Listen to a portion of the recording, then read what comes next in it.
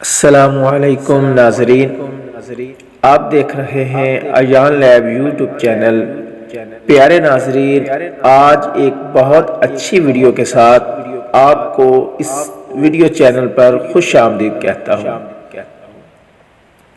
ناظرین، آج کی اس ویڈیو میں آپ کو یہ بتاؤں گا کہ کفریہ کلمات کیا ہیں۔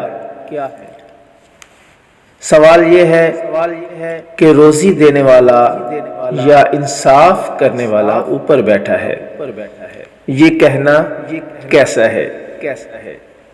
یہ کہنا بالکل سراسر کفریہ کلمات میں سے ہے۔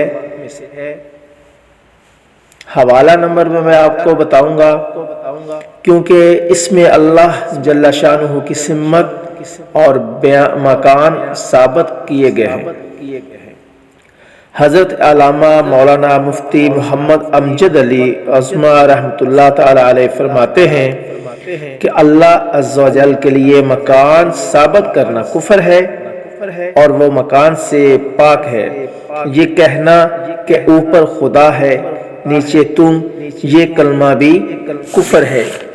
اکثر مسلمان گھروں میں اپنے بچوں کا کچھ لوگ اس طرح ذہن تیار کرتے ہیں کہ اللہ اوپر ہے، لہٰذا ان بچوں کو جب پیار سے پوچھا جائے کہ اللہ تعالیٰ کہاں رہتا ہے یا اللہ کہاں ہے تو وہ فوراً آسمان کی طرف انگلی اٹھا دیتے ہیں۔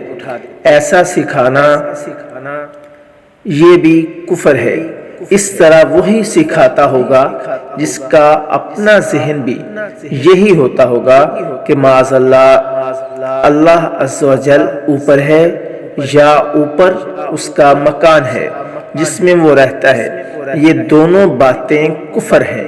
اللہ تعالی کی سمت بیان کرنا یا اس کا مکان بتانا بچے کو اشارہ مت سکھائیے، بلکہ جو ہی بولنے کے لائق ہو سب سے پہلے اس کی زبان سے لفظ اللہ نکلوانے کی کوشش فرمائیے۔ اس کے بعد لا الہ الا اللہ محمد رسول اللہ کہنا سکھائیے۔ نیز اس کو یہ کہنا بھی سکھائیے اللہ ہماری جان کے بھی قریب ہے۔